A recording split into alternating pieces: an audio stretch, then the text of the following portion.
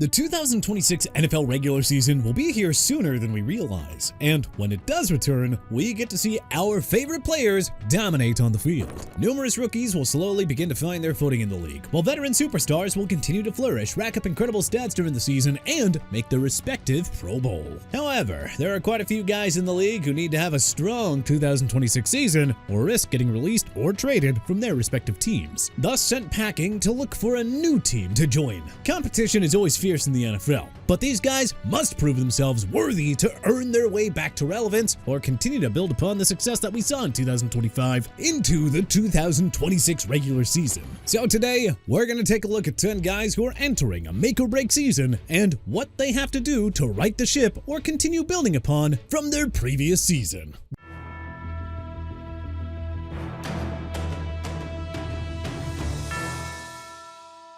J.J. McCarthy.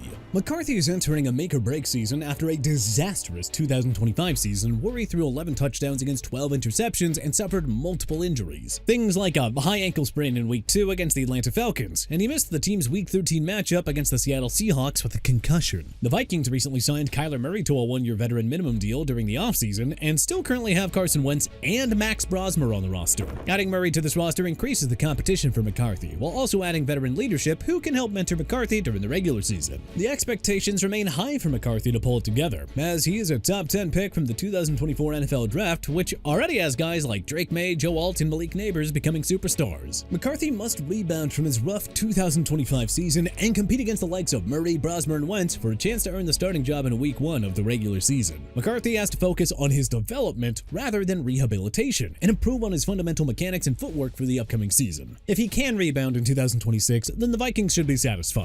If not, well, they're gonna have to rely on Murray, Wentz, or Brosmer to take command of that offense. Jaylen Naylor. Naylor is entering a make-or-break season in 2026, as he now transitions from being a depth player on the Minnesota Vikings to potentially becoming a consistent playmaker with the Las Vegas Raiders. Naylor played in 8 games in 2025, catching 29 receptions for 444 yards and scoring 4 touchdowns, while playing alongside Justin Jefferson and Jordan Addison. Naylor is on a Raiders team that has Trey Tucker and tight end Brock Bowers, and has the potential to break out in his own way, as opposed to playing in Jefferson's and Addison's shadows. Naylor has played in all 17 games with the Vikings in 2024 and 2025, but he's dealt with his fair share of injuries in the early parts of his career. The Raiders are paying Naylor a 3-year, $35 million deal with $23 million guaranteed. Naylor must prove that he is the real deal in Sin City. He's a speedster with great hands and could form a great on-field chemistry with Kirk Cousins or Fernando Mendoza, depending on who earns a starting job for the Silver and Black to begin the 2026 regular season. Xavier Legette. Legette has been inconsistent in his first 2 seasons with the Carolina Panthers due to numerous drops, poor route running, and increased competition from Jalen Coker, Tedarrell McMillan, and the drafting of rookie receiver Chris Brazil II.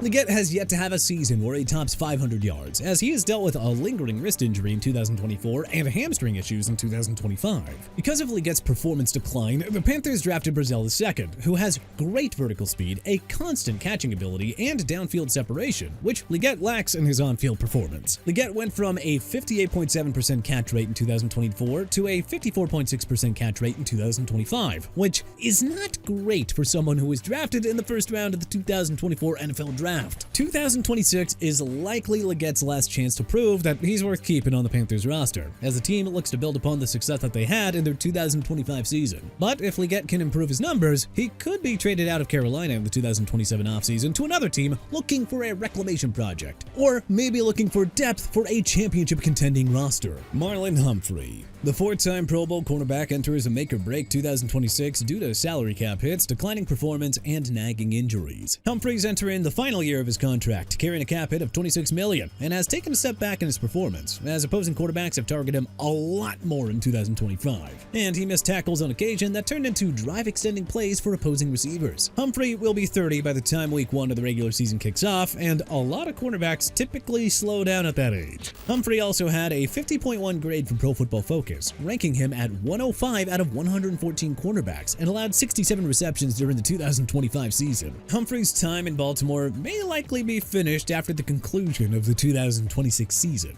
unless he finds a way to turn things around. The Ravens did draft Chandler Rivers out of Duke University in the 5th round of the 2026 NFL Draft as a potential replacement or immediate successor to Humphrey. We'll have to see what Humphrey accomplishes in 2026, as he has been one of the leaders on the Ravens defense for years now, especially with a new coaching regime leading the team in 2026, with head coach Jesse Minter and defensive coordinator Anthony Weaver taking over for John Harbaugh and Zach Orr respectively. Bryce Young.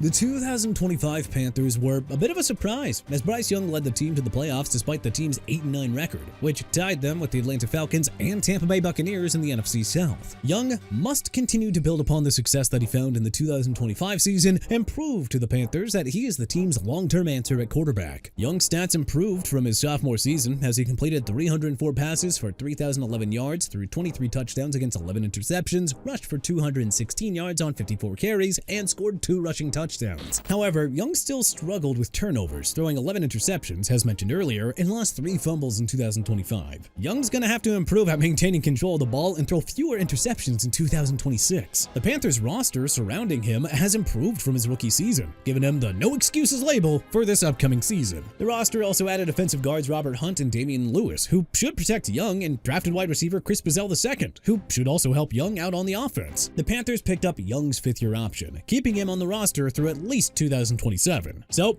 he's got to make the most of it during this upcoming regular season. Quinton Johnston. Johnston continued to show improvement in his 3rd season in the league, catching 51 receptions for 735 yards and scoring 8 touchdowns for the Bolts. However, Johnston still must work on dropping the ball less and compete with other pass catchers on the roster like Ladd McConkey, tight end Oronde Gadsden II, and newly signed tight end David Njoku. Johnston is still expected to be a high-value passing target for Justin Herbert to work with, as he was drafted 21st overall in the 2023 NFL Draft. The Chargers picked up Johnston's 5th-year option of his rookie contract, meaning that he needs to break out and potentially earn his first 1,000-yard season. If he can't do that, well, he's going to be a free agent and sign with another team needing a new wide receiver for the 2027 season. If Johnston does make it work with the Bolts, well, he'll potentially be rewarded with a new contract and be a strong fixture on the Chargers offense for a long while alongside McConkey. We can't wait to see what Johnston does during this upcoming regular season, and we're hoping his production continues to improve under head coach Jim Harbaugh and newly hired offensive coordinator Mike McDaniel's watch. Cole Kmet. Ever since the 2023 season, Kmet's stats have taken a downturn, as he caught 47 receptions for 474 yards and scored 4 touchdowns in 2024, as well as catching 30 receptions for 347 yards and scored 2 touchdowns in 2025. The Bears put Kmet on notice when they drafted Sam Roush in the 3rd round of the 2026 NFL Draft. Kmet's salary is also set to balloon to $15.47 million in